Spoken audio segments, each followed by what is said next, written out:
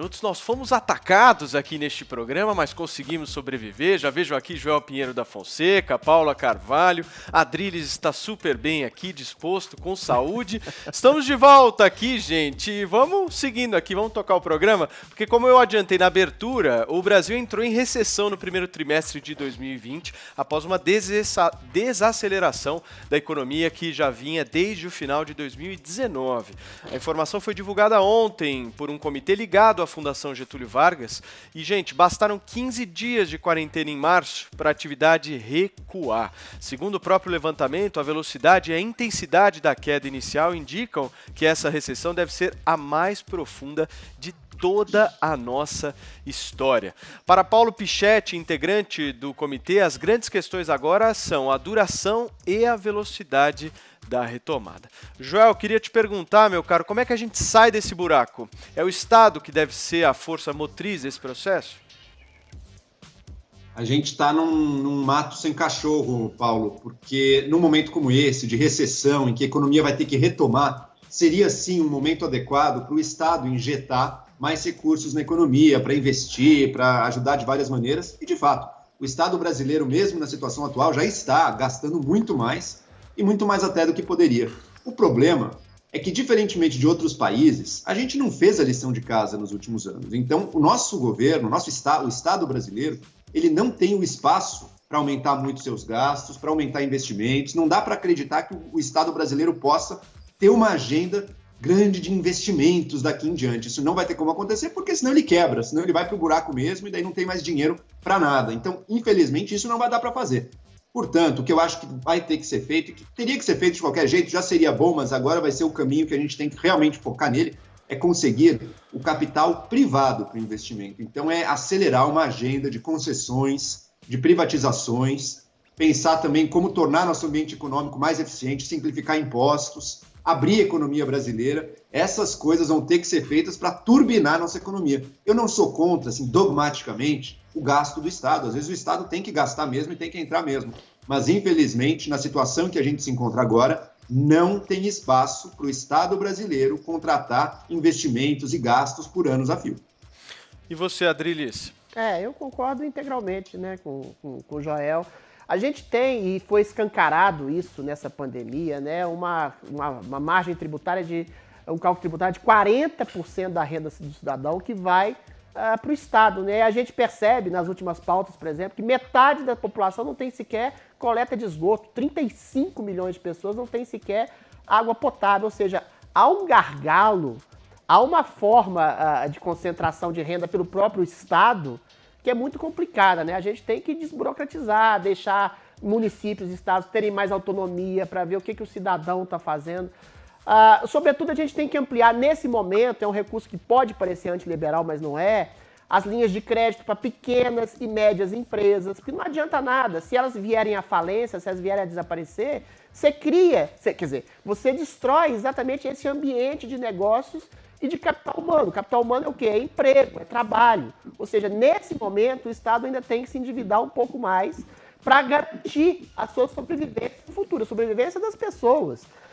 Porque você vai ter uma recuperação tributária muito prejudicada se as empresas, as médias e pequenas empresas desaparecerem e o Estado não poder mais arrecadar nada. Aí, ou seja, o Estado quebra mesmo. Nesse momento ele tem que se endividar um pouco mais. Depois é garantir as reformas estruturantes do país, reforma tributária para simplificar, você cortar gastos desnecessários, você fazer uma reforma administrativa realmente de valor e depois privatizar. Privatizar muito, porque a gente está gastando muito mais do que o Estado tem, está se endividando, é o momento que é necessário esse endividamento, e depois o legislativo, sobretudo, que a gente vai ter que ter uma política liberal pós-isolamento, pós-isolacionista, que vai ter que ser drástica, sob pena do Estado vir à bancarrota. Então, gente, mas eu queria continuar nesse papo aqui com vocês, porque tem uma coisa que me preocupa e me preocupa bastante, né? Acho que na linha do que o Joel e o Adriles falaram, mas se nós formos imaginar, o Estado brasileiro é um Estado muito único, né, no mundo, porque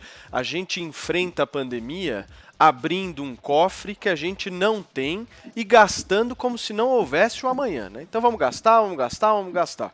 Eu queria entrar aqui em algumas searas aqui para vocês, específicas, que eu acho que exatamente esse é o momento que a gente deveria ter um Congresso Nacional, um Executivo, um Judiciário focados em reformar o Estado. Não tem momento melhor, na minha opinião, para reformar o Estado do que no meio de uma pandemia. É no meio de uma pandemia que a gente tem tempo hábil exatamente para entender que precisa reformar. Nós estamos falando aqui, por exemplo, de uma reforma que o Joel citou, a reforma tributária. Sabem quantos anos o Congresso Nacional discute a reforma tributária? 30 anos, gente.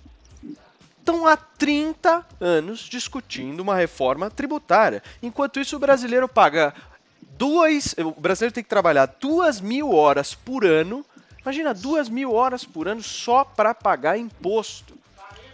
É um negócio inacreditável. E aí, se a gente for analisar o seguinte, nós temos 27 unidades da federação, 27 conjuntos de normas que estabelecem o ICMS. É burocracia pura, que impede investimento, que faz com que investimento não entre no Brasil, não avance. Então, assim... Aí eu ouço alguns, é curioso isso, né? Porque eu ouço alguns senadores, a gente até teve a oportunidade de entrevistar aqui o senador Randolph Rodrigues, dizendo que não, reforma tributária fica para 2021. Mas por que 2021?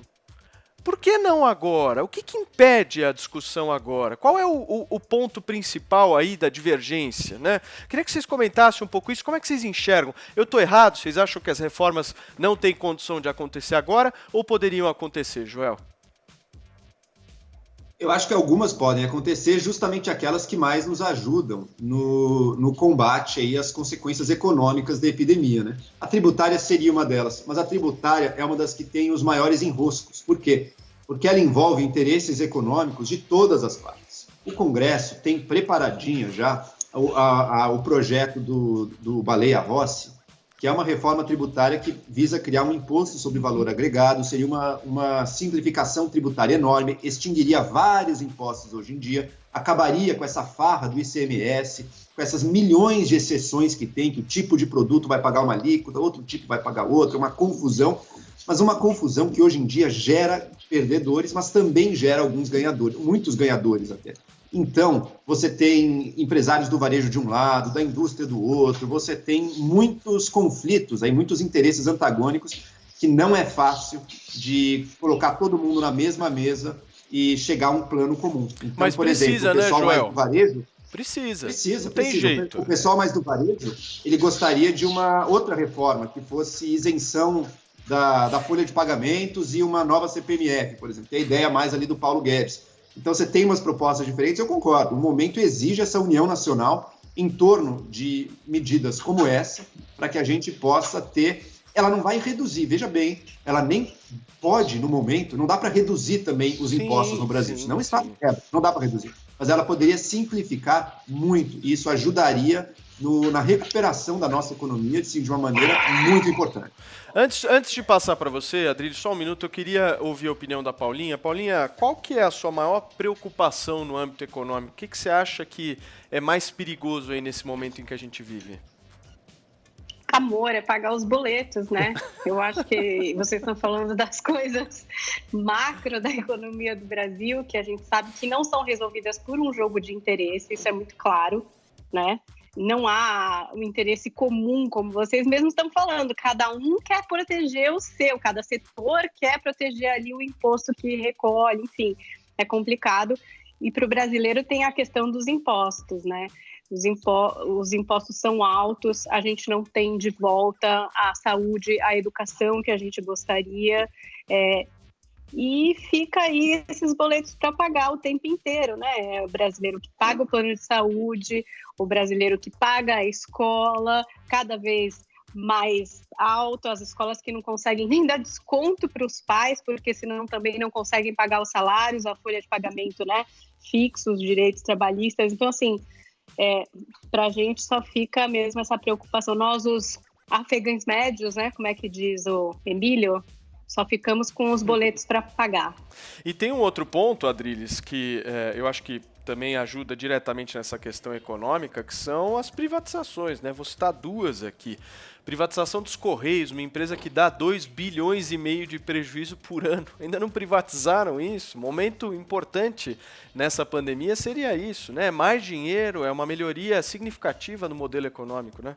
Você tem uma cultura, né, de direitos, de estatismo, que está arraigada no Estado brasileiro, sobretudo nos poderes. A gente acaba de ver o STF proibindo qualquer tipo de renegociação ou redução salarial de servidores públicos, garantindo a integralidade das aposentadorias. É uma realidade totalmente descolada do povo brasileiro em plena pandemia, que cria exatamente direitos preferenciais a algumas entidades de classe. Estou dando só um exemplo, o Joel deu outros. São interesses vários que permanecem a direitos exclusivos de uma casta aristocrática no Brasil, que é salvaguardado justamente pelo judiciário, pelo legislativo, que de maneira populista garantem direitos de mais, empregos de menos e renda de menos para a maioria dos brasileiros. As privatizações, como você bem disse, são demonizadas há décadas. O petróleo é nosso. O petróleo é nosso, a gente viu o que a Petrobras fez. O dinheiro do petróleo que seria nosso foi redistribuído para partidos, para políticos corruptos, para empresários corruptos, 40 bilhões desviados. Ou seja, uma empresa estatal, se ela não for bem gerida, e a maioria das empresas estatais no Brasil nunca foi bem gerida, ela gera corrupção, ineficiência, incompetência, ela trava a competição de todas as formas, ou seja, cria mais um gargalo, além da má distribuição de renda, além da má a avaliação e canalização dos impostos que a gente paga exorbitantemente, 40%, para onde ele não vai. Ou seja, isso tudo, essa cultura estatista e de privilégios, está arraigada na classe política do Brasil, que gera ineficiência e discurso populista. Nesse momento de pandemia, você bem disse, Paulo, a gente tinha a obrigação de rediscutir, mas quando o próprio STF mantém direitos e privilégios, uma caça privilegiada, aí fica difícil, né? Joel, para fechar. Fechar, 2 pontos muito breves. Eu acho que o Brasil, neste momento, vive um clima mais favorável a certas dessas medidas, como as privatizações. Eu acho que não existe mais a resistência que já existiu em décadas passadas. E lembrando, a privatização ela é boa, mesmo muitas vezes quando a empresa dá lucro. A privatização ela é feita para dinamizar a economia. Os Correios, por exemplo, deram muitos anos de prejuízo, mas nos últimos anos, na verdade, pouca gente sabe, ele dá lucro. Deu 102 milhões de lucro no ano passado, mas mesmo assim, não, temos que privatizar sim. Não tem sentido o Estado brasileiro manter esta empresa estatal na economia que a gente tem. Agora, um último ponto, só complementando a coisa da reforma tributária. Um dos pontos que eu falei, uma das prioridades é tornar os impostos mais simples. Outra, igualmente importante, e que neste momento da pandemia se torna mais importante ainda, é tornar a nossa carga tributária mais justa. Fazer com que os ricos paguem mais imposto, para que desta maneira os pobres paguem menos. É manter a quantidade total de impostos inalterada, é a mesma. Mas dado que ela fica igual, que os ricos do Brasil paguem mais, um pouco mais, não é socialismo, mas paguem mais, e que os pobres, portanto, paguem menos e possam, portanto, ter sua vida melhorada, ter mais recursos para gastar nas suas necessidades.